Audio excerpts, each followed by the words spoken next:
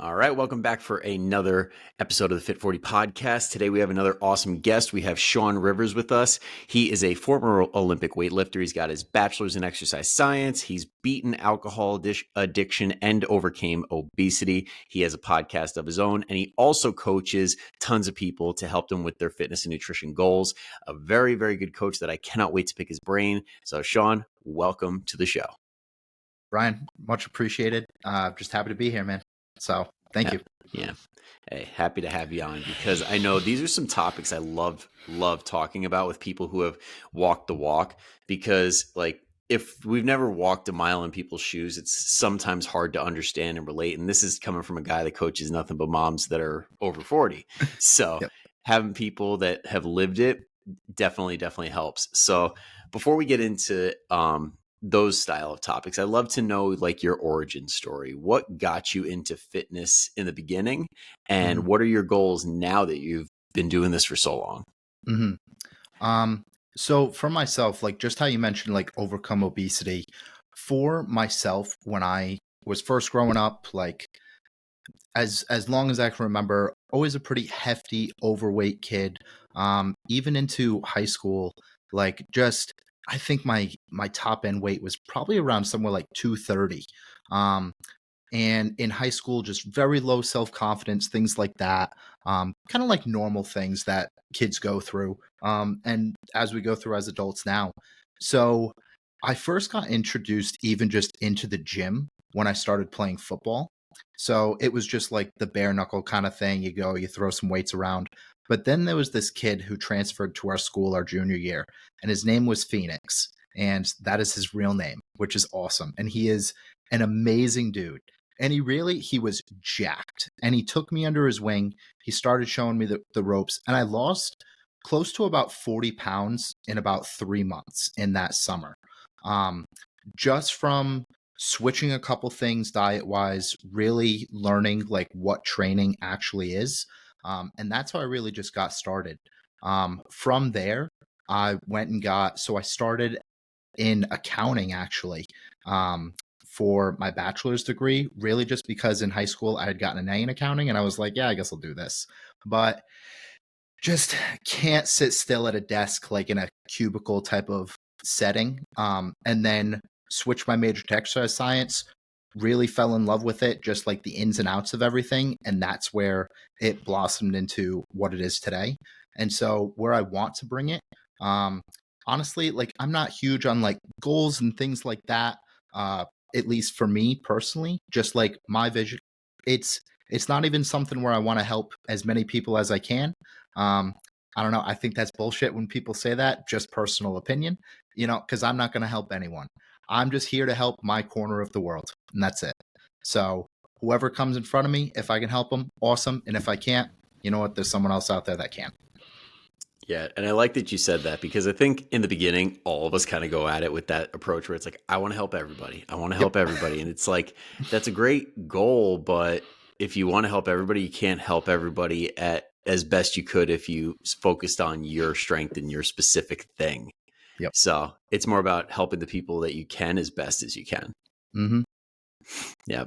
Love that. So I know that when it comes to lifting in particular, you said that, or you have some experience in the Olympic weightlifting. Mm-hmm. And that's a section that I personally have not spent too much time on. And I know that there's a ton of value, especially when it comes to power production, when it comes to emphasizing technique. And I'd love to get your take on what are some of the biggest things that you took from the Olympic weightlifting experience and applied it to the general population, like the average person. Honestly, I think it has to be the importance of a proper warm up. This is something I never really took seriously, things like that. And I'm not saying that this is what you have to do for the average person now, right? But we would warm up for anywhere between 20 to 25 minutes at a time, because I came from more of a football, even powerlifting background. And I was a low bar squatter for the majority of my life. And then what happened, I went into Olympic weightlifting and they were like, no, you can't do that. You have to high bar squat. And my traps were so tight that I could not even put the bar on my back. Like I could not rest it on my traps. And so there were sessions that I came in and they would just have me put my trap under a bar, just push up. That way the bar just rests onto my trap. And I just did swinging motions the whole time. And I think like just from a perspective of even just a mental, like, hey, we're flipping that switch of, okay, the rest of the world doesn't really matter right now. How can I be most present in this moment and actually give it my all? That's where I think the warm up is like very, very beneficial. Of course, there's the physiological benefits, but just from even a mindset component, taking the 5 to 10 minutes to actually properly warm up and just push some blood into your muscles, even just increase a little bit of mobility. I think that's the biggest takeaway that I've had from the Olympic lifting experience. Absolutely. And I'm glad that you brought it to that place with the mental side of things, because I know, at least with my programming, I intentionally make it so that the warm up is like the same consistently. So it could Hmm. literally be mindless. Like, you know exactly what you're doing, and it's just time to tune in, figure out Yep. what the heck's going on with your body. Hmm. Yeah, I Yeah, think that people just they want to go in there and it's more of a we're so high-paced, fast society right now. And so taking that time even to just slow down a little bit is very, very beneficial. exactly. Exactly. And then when it comes time to speed it up, I know when it comes to Olympic weightlifting in particular, it's very, very technique focused. Hmm. And when it comes to that, I think a lot of people need to understand, especially with strength training, it's a skill we got to learn. So Hmm. when it came to actually developing the skill of doing these lifts, what was that experience like? Did you notice that you kind of had to do things differently compared to the traditional way of lifting? Oh, good Lord. It's you. The biggest thing is just learning to fail. That's all it is. Like your first even month of Olympic weightlifting isn't just like the mobility and the stretching, it's learning how to fail. It's learning how to drop a bar off of your back. It's learning how to escape from a snatch, whether you're going to have that bar go backwards, whether you're going to have that bar go forwards, because the last thing you want is that bar dropping on your head. And so, just from a technique standpoint, like no matter who you are, you will never be able to master, like, at least from my opinion, I don't think that you'll ever be able to master 100%. This is the absolute perfect way to do it. But you need to come as close as you can to it. And it's just the repetitions and it's the practice. It's practice, Yeah. it's repetition, and it's boring. But you know what? That's nutrition at the same time. That's lifting. It it's the same thing over and over and over. It's the when I was personal training, it was okay, you know what, when you first go in, you want to do all the flashy exercises and things like that, and you want to make it fun. But like well, that's not actually what's most beneficial. What's most beneficial is doing the same thing over and over and over and over. So, learning how to have consistency, and then just from the technique standpoint, just learning how to fail, um, because it is so technical. And you Yeah. can try to brute everything as much as you can with Olympic lifting, but it's only going to get you so far. Because when the 125-pound girl next to me is snatching more than me, it's not demeaning is the wrong word, but like it's hard Well, to watch this. as a dude that grew into a football like lifting style, that Yep, sucks your soul when it you're just does. like, everything that tells me what makes me a man is so weak in this gym. Yep, yep. Because I'm over here doing cat camels for 20 minutes, and she's getting to go and snatch. She's putting 200 pounds over her head, and I'm like, how is this even possible? Like, um. So yeah. Yep. I can only imagine how humbling that experience is. And it makes you have a lot of respect for the weight at the same time, because when you understand what it takes to get to her level in particular, it's like, wow, that's a lot. And I think that some people don't understand or don't even respect the weight to the point that they should for moves like that.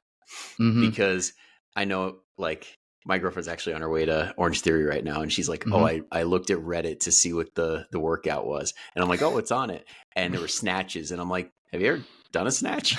And I'm like, "Oh, it's Yep. probably with a dumbbell, which is way less risk versus reward, but still, it's a skill." And I think Yeah. that people lose that in the group setting where it's like, you got to learn how to do this well, right? Yeah.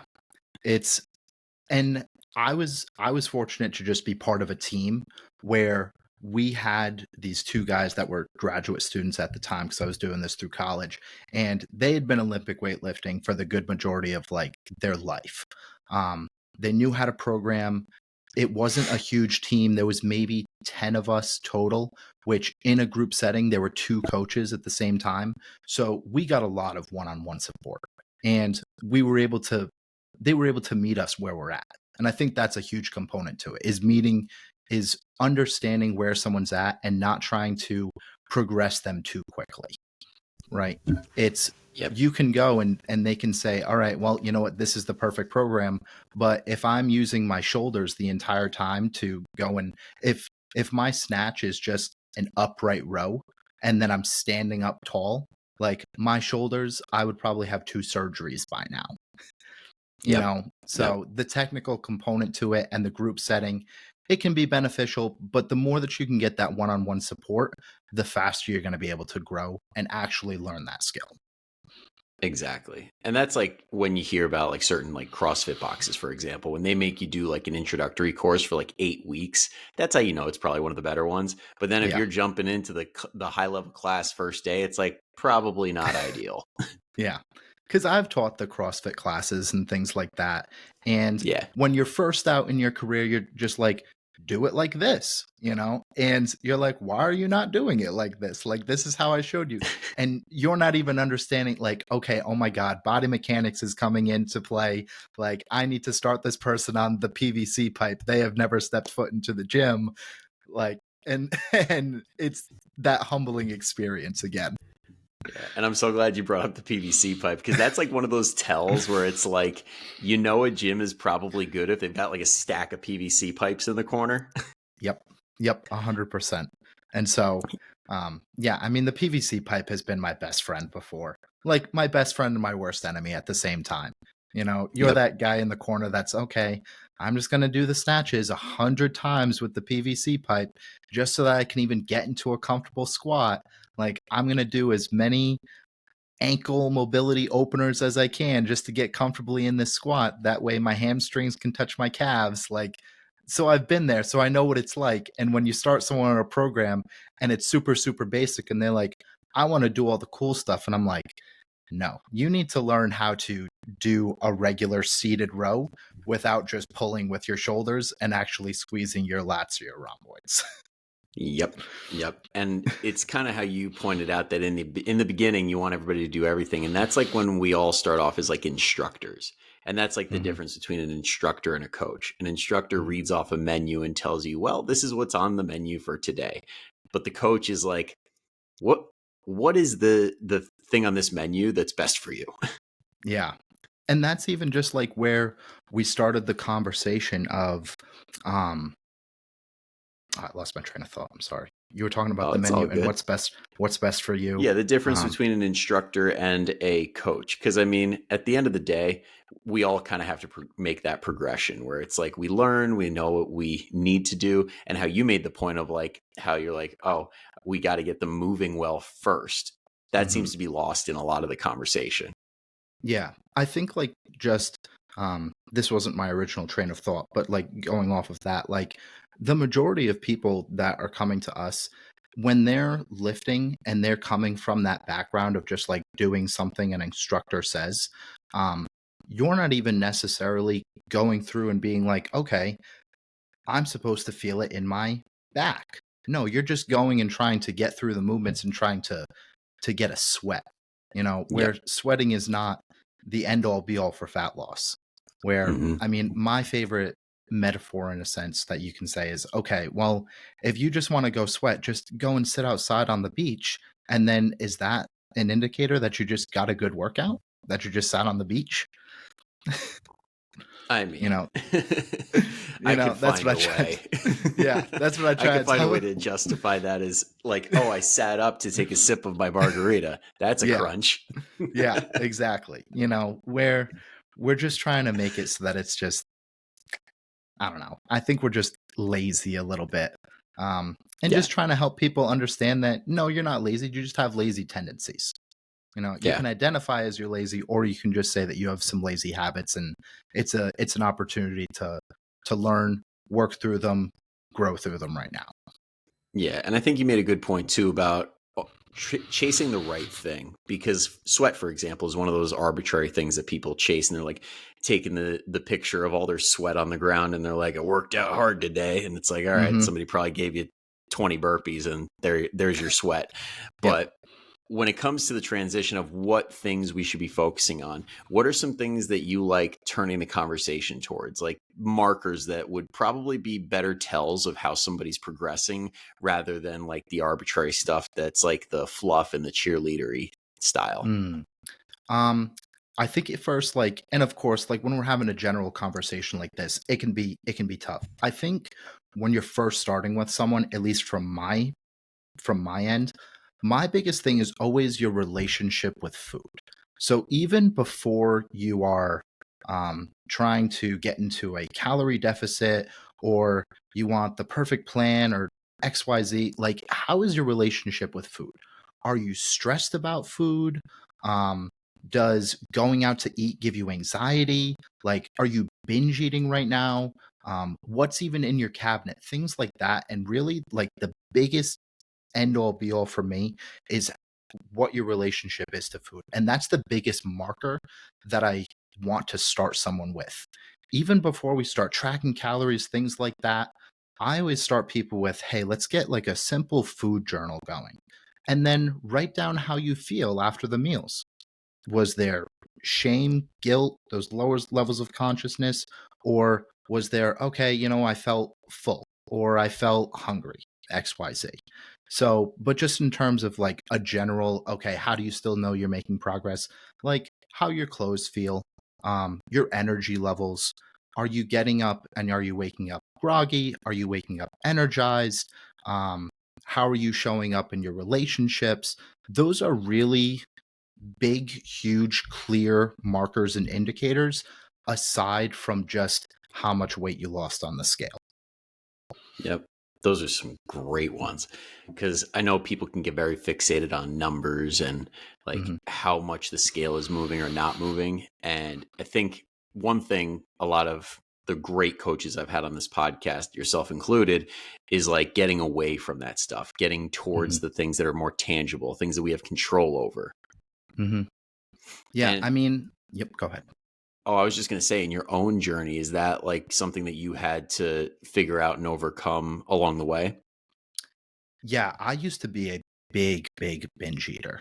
Like, to the point where I would go and I was work the most vivid memories that I have are where I was working at Cheesecake Factory, and I would come home at like 1 o'clock in the morning and eat two Ben and Jerry's every single night. And it was wild. I was gaining weight like there was no tomorrow. And I think like just the biggest thing, it's less about like how you look and more just about how you feel. Of course, I want people to be healthy, right? And if we're overweight to a degree, we are not going to be a healthy version. But there's all sorts of health. There's the mental health, the physical health, the spiritual health, the financial health. All those are really intertwined. And I know that we focus on the physical side of things. But like when you can combine everything and you can just say, hey, you know what? All of these buckets really feel good for me right now. That's the biggest thing. So, just in terms of like my own journey and my own relationship with food, I was a huge binge eater. Just I've done every 1,200 calorie diet Monday through Friday, and then eaten like six pizzas on the weekend. Like, not an exaggeration, you know? Yeah. And so, learning how to, okay, how can I go instead of like having six pizzas? Just why do I even want six pizzas? Oh, well, you know what? I wanted six pizzas because I deprived myself for the entire week. Or, hey, you know what? I feel terrible about myself.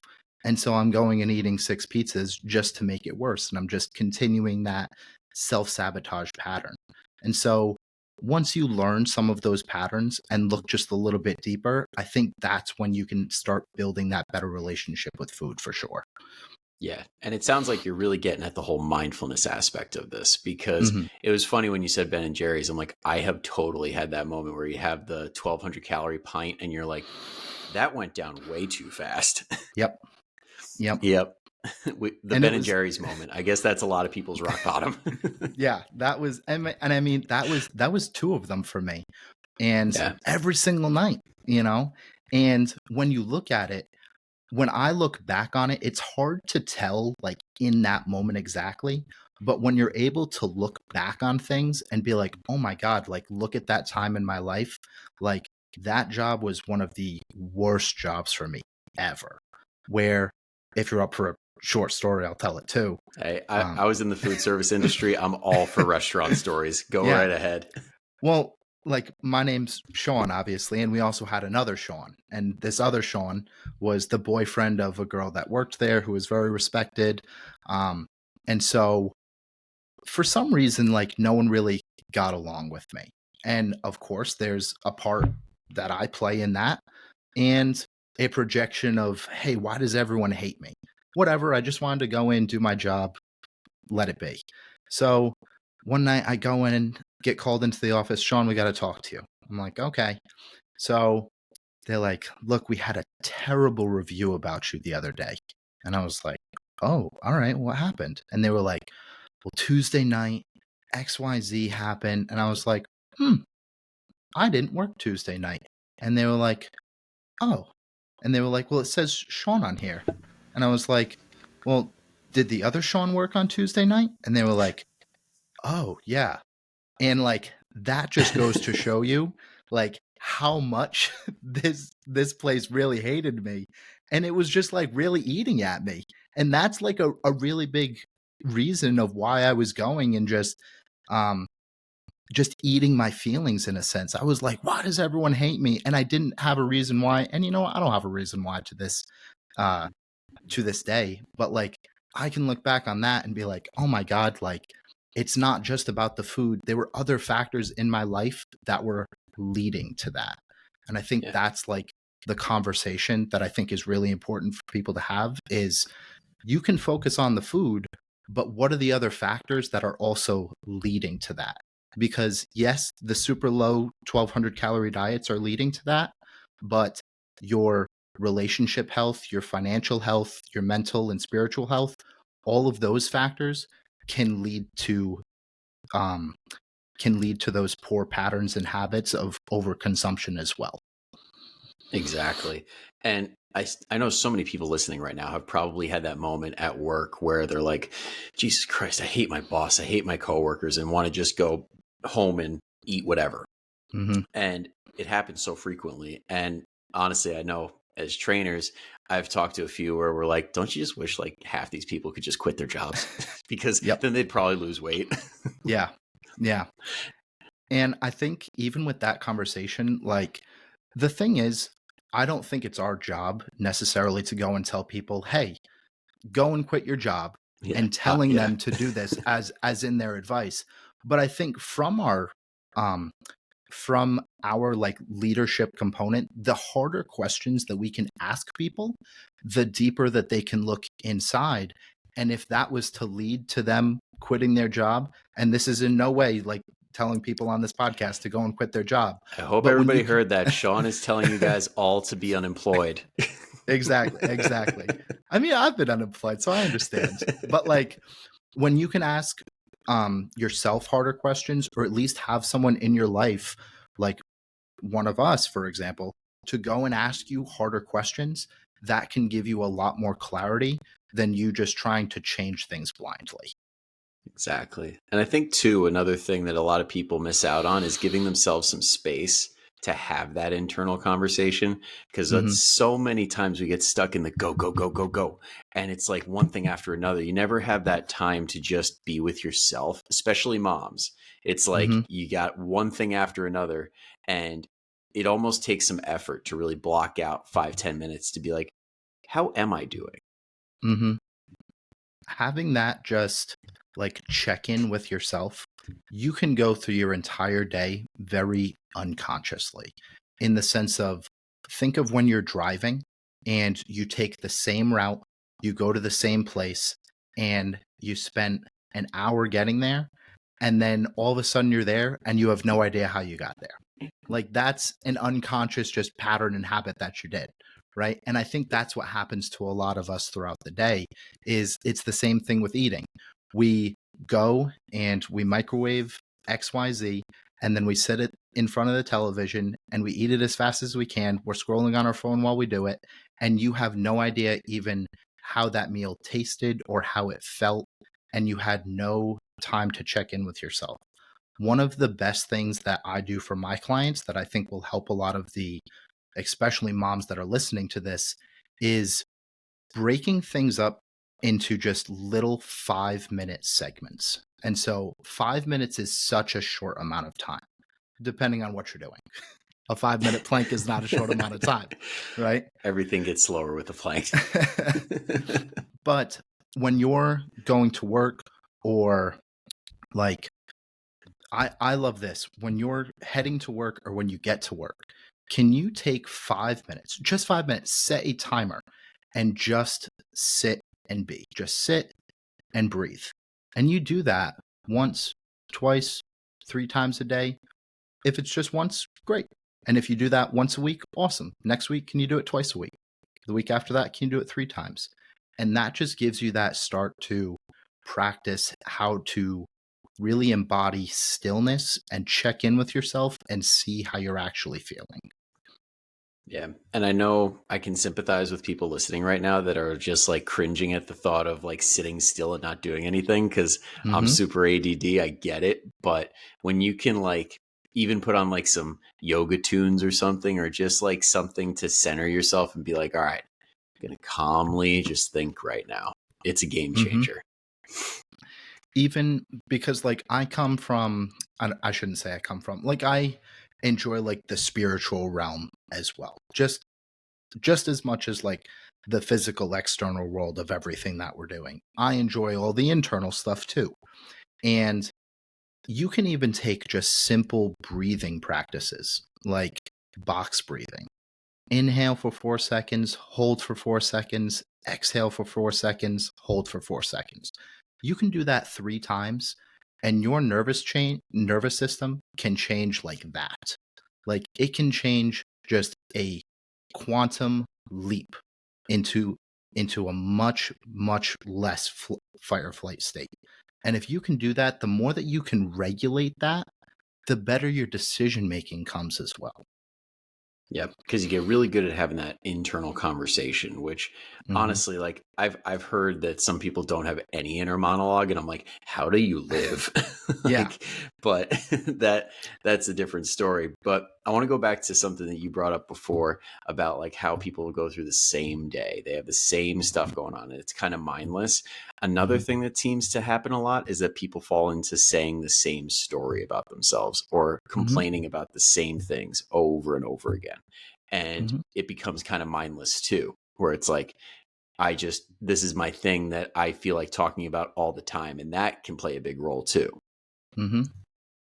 So with that, when I even just look at the mindset component and what mindset is, if you ask 100 people what is mindset, you will get 100 different answers. The best answer that I have ever gotten on what is your mindset is to simply the way that you think about your thinking. And that really clicked with me for some reason. And often we identify as all of these things, just like when we went back to, I'm lazy. Well, no, you're not lazy. You just have lazy tendencies and you just have lazy habits right now. But the more that you continue to tell yourself that you're lazy, the more that you will believe it, because your brain is just here to keep you safe. And so the more that you can continue to try to keep yourself, your brain is literally trying to keep yourself safe right now. And so with the story that we tell ourselves, one of the best exercises that I can go through is to have people just write things down. And when you write things down, you get things out of your head. Because when you have things in your head, it's like trying to read a book, but the book is up at your face. And then when you write it down, you're able to read it with your arms extended and actually read it like looking at it. And you're like, oh, So, whenever you're stressed and you're telling yourself this certain story about how you are, you can look at it and say, this is just how I am. Or you can just say, this is just how I am thinking. And that was a really big switch for me. And that internal like story that we tell ourselves, that's all life is. That's literally all life is just that story that you tell yourself. So I'm Yeah, really glad that you brought that up. absolutely. And that probably is the best analogy I've heard around mindfulness and like getting stuff down on paper with bringing the book away from your eyes. Like if I were to do anything differently, I would have brought journaling into the coaching process so much sooner. Hmm. Yeah, because I have my clients journal, and you know what? At the end of the day, and you know this, I can't force anyone to do anything. I can't care. Unfortunately, I can't care about your success more than you do. You need to care about your success more than I do. As much as I really want you to succeed, I can't care about it more than you do. And so with journaling, like I'm not even saying that you have to go and write things like every single night and you have to journal for 30 minutes. When you're holding on to a really like low vibrational emotion, and what I mean by low vibrational emotion is like sadness, shame, things of that nature. Even when you just go tell someone, people always feel better, right? Even though nothing got solved, you always feel better. And journaling can act as the same thing because all of a sudden you write things down and then you read it. Instead of having it all internalized, it's externalized. Nothing needs to get solved, but just from bringing it internally to externally changes everything. Yeah. And it's interesting you say that because it makes you think a little bit about like relationships, for example. Like I know personally, I was always a fixer. And it's like, oh, you're venting to me. That means you want me to fix everything. Mm-hmm. And when you make that switch of like asking, hey, am I a sounding board right now? Or do you want me to actually fix it? Like some people don't have that from their partner. And Mm-hmm. being able to journal can allow you to do that, like without Mm-hmm. judgment, without anything like that you have to deal with emotionally. It's just, it's down there, it's out. Mm-hmm. Exactly. And I think like even just going into this like entire mindfulness conversation that we're having, right? The majority of people aren't having that internal dialogue with themselves. They're continuing to have the same patterns and habits, and there's no interruption of anything. And so even just journaling can be a small pattern interrupt where one of my favorite things to do with clients when I get them onto like a call, for example, is I'll have people stand up and do jumping jacks and scream the ABCs. Okay. And so it sounds silly and it sounds stupid, right? But when someone comes to you and they're stuck and they're just like, bleh, and you know what? I ate all of this food. I just can't seem to get out of my way. I feel so terrible about myself. All of a sudden, when you just do something that's completely so out of the ordinary, and then your entire nervous system changes, you're like, I don't feel bad anymore. And that's why I have them do it, is because they will feel so silly and stupid doing it that all of a sudden they don't feel those shameful, sad emotions anymore. And that's it. It's just a small pattern interruption. And so it's the same thing with journaling or relationships, talking things through, just getting things out into the open. Yeah. And that sounds a I little don't bit know if you almost had a like, question there. Sorry. no, no. I mean, that sounds a little bit like Tony Robbins ish when he like gets people to like scream and like wave their arms up in the air. And it's like, it allows you to disconnect a little bit and like just kind of get outside yourself. Yeah. There's definitely physiological components to it, and I don't know all the science behind it, but especially with our nervous system, we can trap a lot of emotion in our body, like even in our tissues. And so the same reason why when people do hip work, right? And like do a hip mobility class or yoga session, some people can even cry during things like that. And I know I'm getting a little bit more woo woo here in a sense, but that's a Yeah. little bit But more of like who I am, right? yeah, And so, some of us that have been in this long enough have all heard stories where it's like you get on the massage table or you get stretched out and all of a sudden you're like mhm, bawling and you're like, yep, wow, there's something more to this. yeah. Yeah. And you know what? I tell people, you know what? Take what resonates and discard what doesn't. Because no one is supposed to agree with me 100% on every single thing that I say. And that's okay. You Hey, should it's have your election own. season, man. It's time to just jump on and blindly say yes to everything. I know, I know. And you know what? We need purple right now, and that's just not what we have. We have red and blue, and you need purple. You do. I like that. I haven't heard that before, but I'm going to start saying Yep. Well, I mean, I'm not going to get into politics and things like that. I don't have like a No, huge stance on them. no, we've got that's the thing about fitness that I think people discount the most is the fact that when you are so focused on your fitness and your nutrition and like staying on point, all this outside stuff, you don't really have the energy for. You don't really have the time to devote to getting in internet battles and going down the rabbit hole because you're like, I got my workout. I can't really like sacrifice this time. Yeah. Well, there's a huge energy component to even just working out and making like better choices and creating a healthier version of yourself. And all of a sudden, you're having more and more positive energy enter and flow through you, and that's what you're radiating as well. And now when you're into and like can see that negative emotion and you're intertwined in it, you're like, "Ooh, I don't even want this." Yep. Like things like that. The same thing with watching the news. Have your own opinion on the news. I don't care.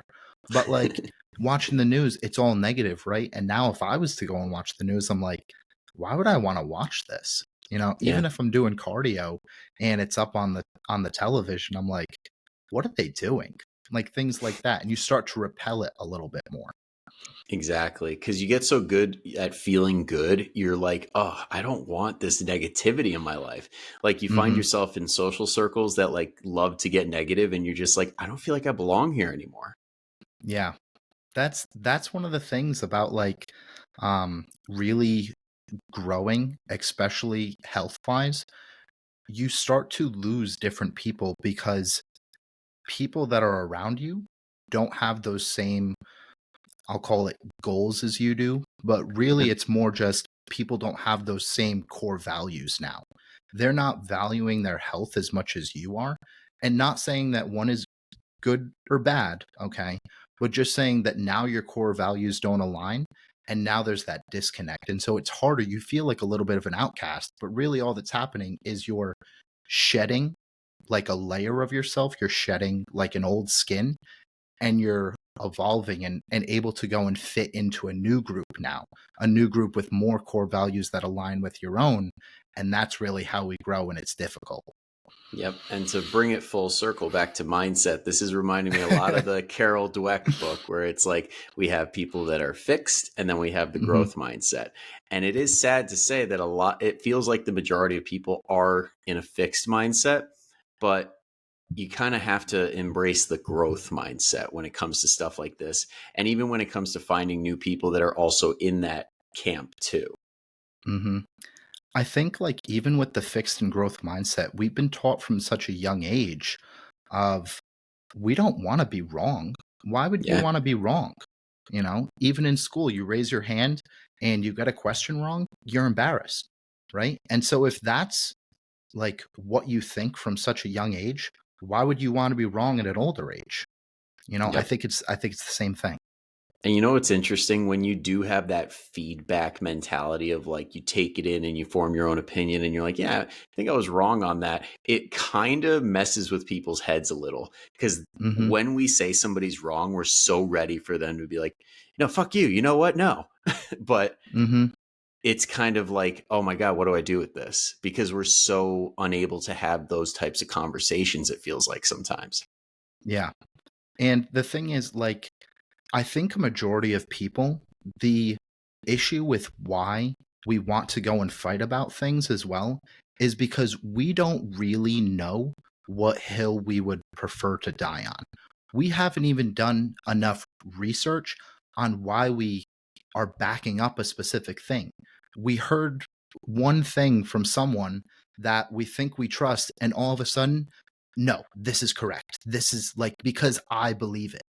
But the thing is, based on your experiences and based on my experiences, we could both go and hear the same thing and perceive it in a completely different way. And you could believe one thing, I could believe another thing, even though we heard the same thing. And Yep. so now we want to go and fight about it because we want to stay safe and we want to feel seen and heard. Yep. And you have just described, for the ladies and gentlemen listening right now, the fitness and nutrition space, because there are so many camps, there are so many tribes that are like, my way, my way. And we're Mm-hmm. all trying to get the same thing. We're all trying to Mm-hmm. live longer, live healthier, and live our best life. But there's a million ways to do that. Mm-hmm.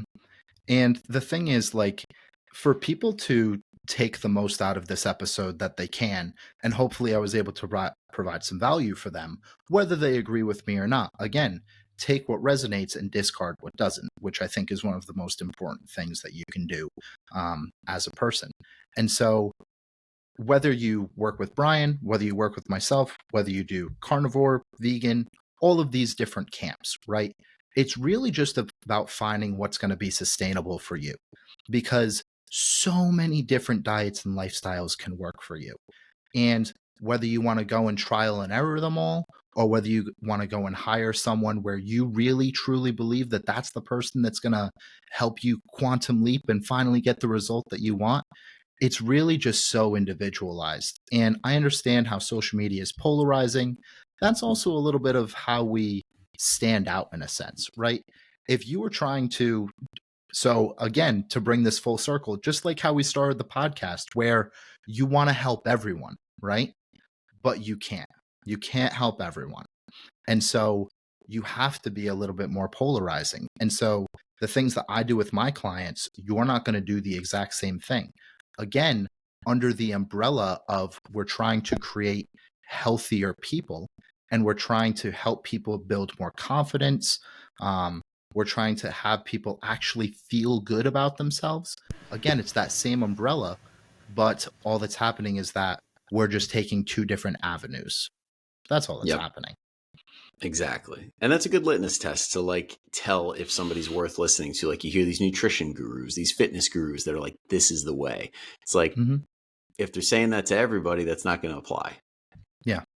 Yeah. Yeah. And I think like you have to be, as a coach, especially, like not to go away from your values. And when I say values, that has nothing to do with like nutrition and food and sleep and things like that. Those aren't values, right? You have to remain with your values, but you have to be adaptable to the client as well. You have to say, okay, well, this is working for this person, but this isn't working for this person. And so, how can I go and make this something where they can actually learn how to follow this? And this is what's actually going to work for them. But my client, Susie over here, follows this, and this is what works for her. And so, I think being adaptable, especially as a coach, is something that you need to have. It's not, okay, everyone does carnivore, and that's the only way. And then after a month, like 3 people followed it and 20 people couldn't, and you're like, yeah, you just don't want it enough. Yeah. But I mean, come on. If you don't work the program won't work. Like, come on. I know. And That's yeah, my like least favorite saying of all time. That's basically like, I'm not listening to a word you say. Just do what I say and shut the hell up. Yeah. And that's that double-edged sword that as a coach you need to grow and understand, where there are going to be some clients where they come in, they're super compliant, they're super gung-ho about it, they already trust the process, and they're able to make changes like that, and they're able to completely change their lifestyle.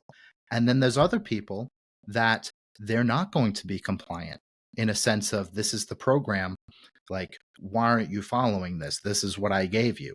Well, no, there are other factors to it. It's not just that we're all robots, it's a give and take. And so Yeah. finding that energy exchange of when to push and challenge someone of, all right, you know what, this is your third week in a row of, we came up with a game plan of how to go out to eat and you didn't follow it, versus, okay, well, it's your third week and you still couldn't follow the program. So just screw it all. There needs to be that give and take, and you need to learn when to challenge someone and when to just be like, hey, you know what, this isn't working. Yep, exactly. And that's the skill of coaching, because you learn a lot when anybody listening right now, if you ever worked with a coach and you've presented them with that issue where it's like, this just isn't working for me, how they respond tells you a whole lot. Mm-hmm. Yeah. Are they willing to adapt, or are they doubling down saying, nope, it's your fault? Yeah. And I think in reality, it's both of your fault. That's Yeah. what it is. It's both of your fault. And Yeah. so when you can both just completely take responsibility for that, you're able to grow that relationship and actually see if it's a relationship that's going to work and be beneficial for each of you. Exactly. Because when it comes to relationships, it's never 100%, 0%. There's always something. It takes two to tango. That's it. It does. It does. And on that note, I don't want to lose any of the magic, so I'm going to ask our final question. Okay. So I've been adopting the leave a question for the next guest. So I'll get Oh, yours once nice. we hop off. But Nice. this one comes from Rachel Trotta. And if you guys haven't listened to that one yet, highly, highly recommend. Just scroll back after this. But let's see. So, Shawn, if you could start your coaching career from scratch right now, what is something that you would do differently? I would market myself more, and I would be more open to sharing my own path and what has worked for me. Not saying that that's what everyone needs to do, but I think in the beginning, I was a little bit more hesitant of saying, hey, this is what worked for me, and more of just like following the trends of what everyone else is doing. And I think I lost my way a little bit, where you kind of lose who you are in a sense of you're trying to fulfill everyone. And so, oh, well, this is what everyone else is doing, so this is what I have to talk about, versus just saying, hey, this is what worked for me, and just sharing my own story a little bit more. Yeah. Yeah. Because I think there is that fear that we're going to get called out or whatever. But at the end of the day, if you're sharing your own story, who's going to say bullshit? Like, no, Yeah. I lived it. I know that this worked. Yep. And that's it. Yep. So I think yeah, we all have like a very unique story for ourselves, and just being able to take responsibility and ownership and just understanding that's what shaped you into who you are today is very helpful to look back on and zoom out a little bit. Absolutely. Absolutely. Now, this conversation was awesome. I know that we touched on a lot of stuff. I didn't even know which direction it was going to go, but I love everything that we talked about. Now, everybody listening, I know that you probably heard one or two things in there that you're like, wow, I wish my friend heard this, or I wish that family member heard this. Don't even think about it. Just send it to them right now and just be like, you got to listen to this. And if you want to make sure you don't miss another episode, make sure to hit that follow button. Now, if you want to find Shawn, where can they find you? And if they're like, wow, I want to see more of what he's putting out. Yes. So pretty much everywhere is at Growth by Shawn. I put all my podcasts out on all the streaming platforms, Apple, Spotify, all that jazz. And then Instagram, YouTube, TikTok are all at Growth by Shawn. And then my business Facebook page is, I think it's Growth by Shawn Nutrition Coaching. So pretty much Awesome. if you look up Growth by Shawn, you'll find me. You'll find me somewhere. Perfect. And that's actually going to all be in the show notes. So you guys don't even have to go looking for them. Just scroll down, click away. Now, this was just incredible. Thank you again for coming on. Really, really do appreciate it. Yeah. So thank you guys for listening in. I hope to see you all next week for the next podcast. But in the meantime, go kick some ass. I'll see you guys later. Yeah. Thanks, Brian.